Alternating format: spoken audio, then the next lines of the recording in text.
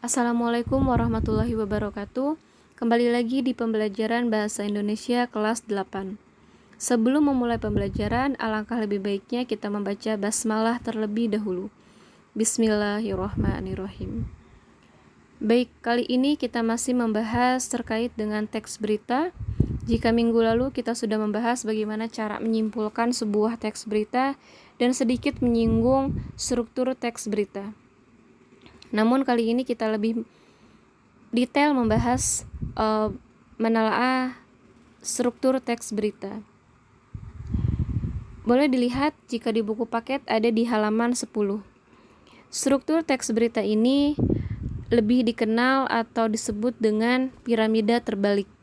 Apa saja di dalamnya? Yaitu terdapat judul berita, teras berita, tubuh berita, dan kaki berita.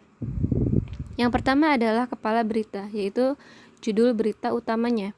Judul ini harus dibuat semenarik mungkin agar pembaca tertarik untuk membacanya. Contohnya adalah, ini program prioritas pembangunan Sulawesi Selatan tahun depan.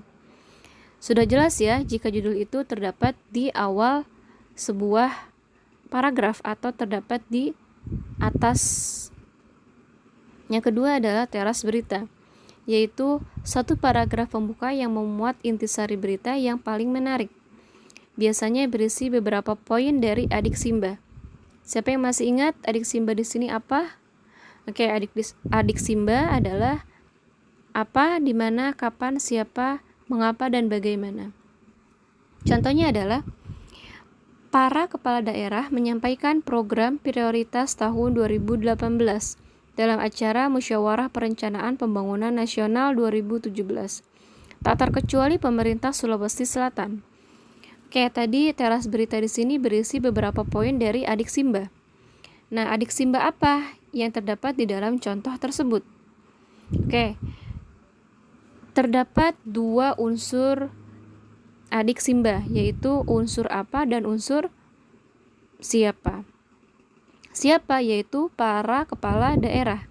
Apa, yaitu program prioritas tahun 2018 di Sulawesi Selatan. Oke, yang ketiga adalah tubuh berita, yaitu bagian isi uraian lengkap yang menjelaskan seluruh unsur Adik Simba. Tubuh berita ini penting ya, karena jika tidak ada tubuh berita, maka berita tersebut tidak akan lengkap. Jadi masih mengambang. Berita apa sih yang disampaikannya? Jadi tubuh berita ini penting untuk menjelaskan seluruh dari Adik Simba. Contohnya boleh dilihat, dicermati, dan dibaca ya. Boleh juga ada di dalam buku paket. Yang keempat adalah ekor berita atau disebut dengan kaki berita, yaitu bagian penutup yang berupa simpulan atau penegasan ulang. Ekor berita ini berbeda-beda ya, ada yang hanya satu paragraf, yaitu sebuah kesimpulannya, dan bahkan ada yang lebih dari tubuh beritanya. Contohnya seperti ini. Oke, selanjutnya terdapat jenis teks berita. Untuk jenis teks berita ini tidak ada di dalam buku paket, jadi silahkan boleh dicatat di buku masing-masing.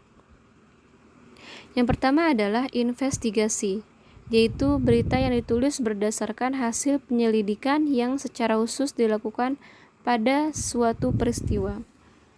Oke, contohnya di sini misalnya berita yang akan membongkar tindak penyelewengan yang merugikan publik. Oke, itu adalah contoh dari berita investigasi.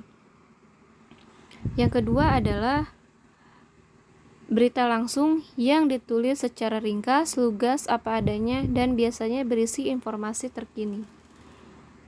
Oke, contohnya di sini ada seperti quick count pada saat pemilu ya, pemilihan, bisa pemilihan presiden dan lain sebagainya.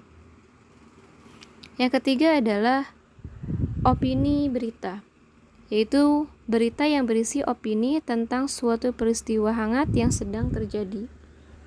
Misalnya berita yang disampaikannya adalah mengenai dampak kebijakan pemerintah mengenai karantina di wilayah. Oke. Yang terakhir adalah di mana berita ini si penulis mencari fakta yang menarik pembaca, lalu penulis memberikan reading experience pada pembaca.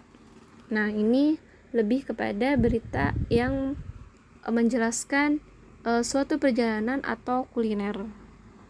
Oke, itu adalah beberapa jenis berita dan struktur teks berita. Semoga apa yang disampaikan bisa dipahami, dan kalau masih belum jelas, silahkan boleh ditanyakan. Nanti untuk pertemuan selanjutnya kita akan membahas terkait dengan kebahasaan teks berita. Jadi boleh silahkan dibaca-baca terlebih dahulu ya. Mungkin untuk pertemuan kali ini kita cukupkan. Wassalamualaikum warahmatullahi wabarakatuh.